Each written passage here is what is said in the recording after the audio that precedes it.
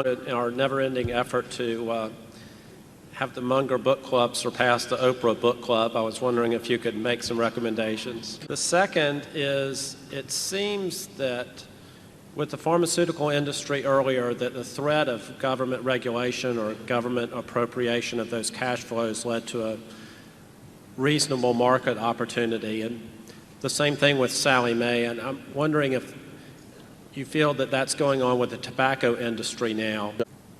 Hagstrom sent me chapters of his latest book on Warren Buffett called the Buffett Portfolio, and I didn't read them because I thought his first book was a respectable book but didn't contribute too much to human knowledge. And at any rate, he sent me the second book, a full version, and I read it, and I was flabbergasted to find it not only very well written, but a considerable contribution to the synthesis of human thought on the investment process. And I would recommend that all of you buy a copy of Hagstrom's second Buffett book. I noticed the airport was heavily promoting it, and it's called the Warren Buffett Portfolio. It doesn't pick any stocks for you, but it does illuminate how the investment process really works if you think about it rationally. Another book that I liked very much this year was Titan, the biography of the original John D. Rockefeller. That's one of the best business biographies I have ever read. It is, and it's a very interesting family story too. That is just a wonderful, wonderful book, and I don't know anybody who's read it who hasn't enjoyed it. So I would certainly recommend that latest biography of John D. Rockefeller I.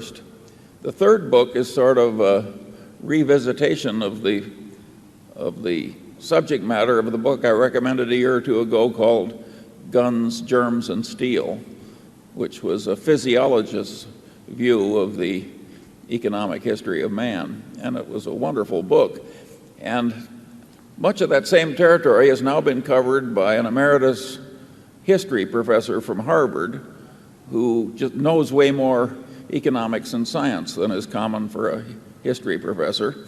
And that gives him better insight. And his book is a takeoff in title on Adam Smith. And the title is The Wealth and Poverty of Nations.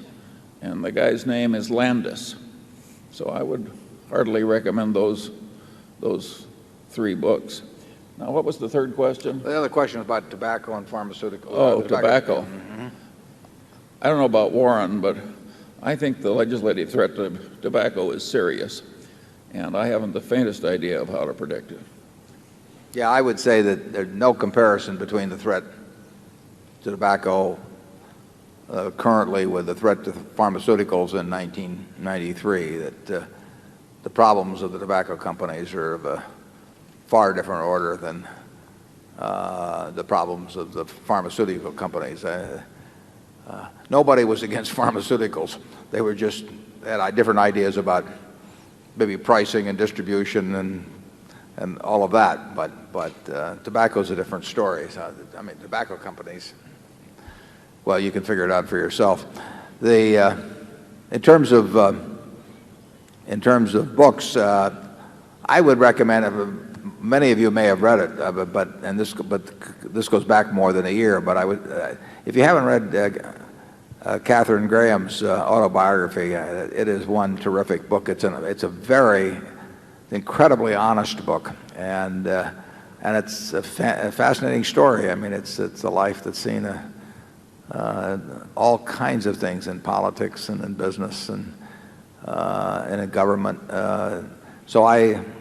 It's a great read. A book that came out just in the last few months in the investment world that I would certainly recommend everybody is Common Sense on Mutual Funds by Jack Bogle. Jack is an honest guy, and he knows the business, and if mutual fund investors listened to him, they would save billions and billions of dollars a year, and he tells it exactly like it is. So he asked me for a blurb on the book, and I was delighted to provide it.